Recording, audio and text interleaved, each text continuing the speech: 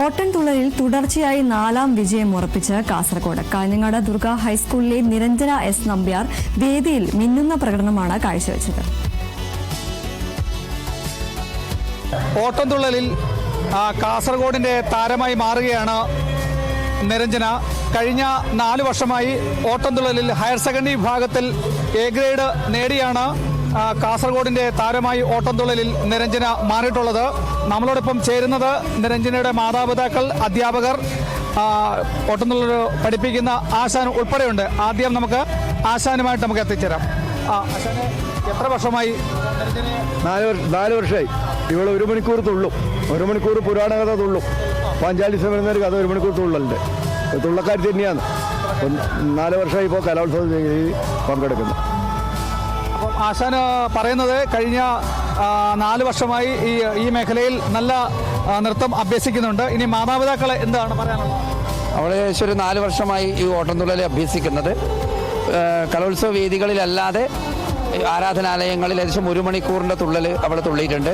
ഏകദേശം 2-3 കടലായി അമ്പലത്തിലും അതുപോലെ നമ്മുടെ നാട്ടിലുള്ള 2-3 അമ്പലങ്ങളിൽ കലാമണ്ഡലം, കേരള കലാമണ്ഡലത്തിൽ അവൾ കഴിഞ്ഞ വർഷം ഒരു 20 മിനിറ്റ് തുള്ളൽ അവതരിപ്പിച്ചിരുന്നു. അവളുടെ താല്പര്യം കൊണ്ടാണ് നമ്മൾ ഇതിന് മെനക്കെട്ട് ഇറങ്ങുന്നത്. തുടർച്ചയായിട്ട് 4 വർഷമാണ് നമ്മുടെ ദുർഗ. ഞാനും അവിടെയാണ് വർക്ക് ചെയ്യുന്നത്. ഞാൻ വിദ്യാലയത്തിൽ അധ്യാപകനാണ്. എൻ്റെ മകൾ ഇപ്പം 8ാം ക്ലാസ്സും 10ാം ക്ലാസ്സിലും സംസ്ഥാന തലത്തിൽ ഇപ്പം +1 അവൾ ഈ വർഷവും സംസ്ഥാന തലത്തിൽ ഓട്ടംതുള്ളലിന് വരുന്നു. അല്ല, അച്ഛൻ പഠിപ്പിക്കുന്ന സ്കൂളിലെ പഠിതാവ് കൂടിയാണ് നിരഞ്ജന. അമ്മയ്ക്ക് ഇനി എന്താണ് പറയാനുള്ളത്? ഇതുപോലെ തന്നെ മോള് ചെറുപ്പം തൊട്ടേ ഡാൻസ് പഠിക്കുന്നുണ്ട്. ഓട്ടം തൊട്ടാൽ 8ാം ക്ലാസ് തൊട്ട് പഠിക്കുന്നുണ്ട്. മാഷാണ് അവളെ ആക്കിയെടുത്തത്. അപ്പം മാഷൊരു കഴിവാണ് കൂടുതലും. മോള് അതിന് മാഷ് പറയുന്ന പോലെ നിൽക്കുന്നു. ഇതിപ്പം സംസ്ഥാനത്ത് 3ാമത്തെ തവണയാണ് വരുന്നത്.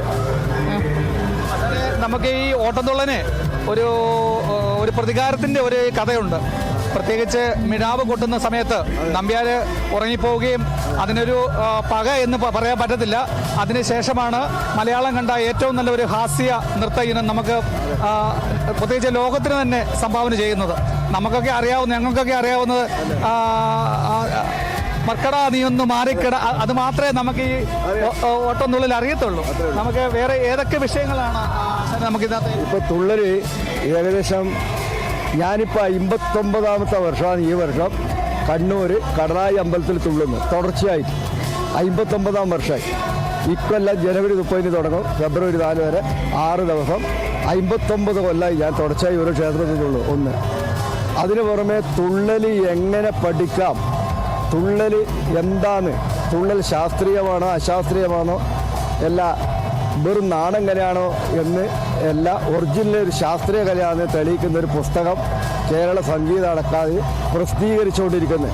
ഈ മാസം അവസാനം കേരള ചരിത്രത്തിൽ തുള്ളൽ പുസ്തകം ശീതംഗം തുള്ളൽ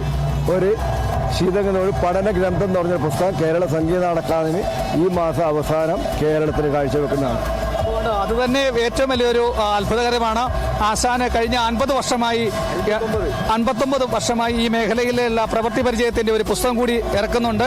ആ ആശാന്റെ ശിക്ഷണത്തിലാണ് നിരഞ്ജന. നമുക്ക് വേണ്ടി ഒരു 2-3 ചുവടുകൾ എടുക്കാമല്ലോ.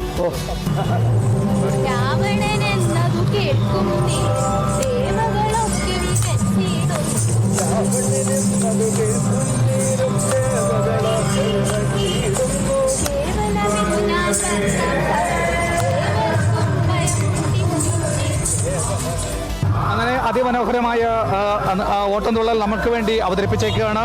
റിസൾട്ട് അറിയോ? ഇല്ല, കഴിയണത്ര. അപ്പം +2 ആണോ? +1. അപ്പോൾ അടുത്ത വർഷവും നമുക്ക് സംസ്ഥാനത്തിന്റെ ഏത് ജില്ലയെന്ന് അറിയത്തില്ല, അവിടെ വീണ്ടും ഓട്ടംതുള്ളലുമായിട്ട് നിരഞ്ജന എത്തും നമുക്ക് കാണാം. ഈ വർഷം തന്നെ എ ഗ്രേഡ് ലഭിക്കട്ടെ. നാളെ ഏതെങ്കിലും ഇന്നലെ ഒപ്പന കഴിഞ്ഞു, എ ഗ്രേഡ് ഉണ്ട്.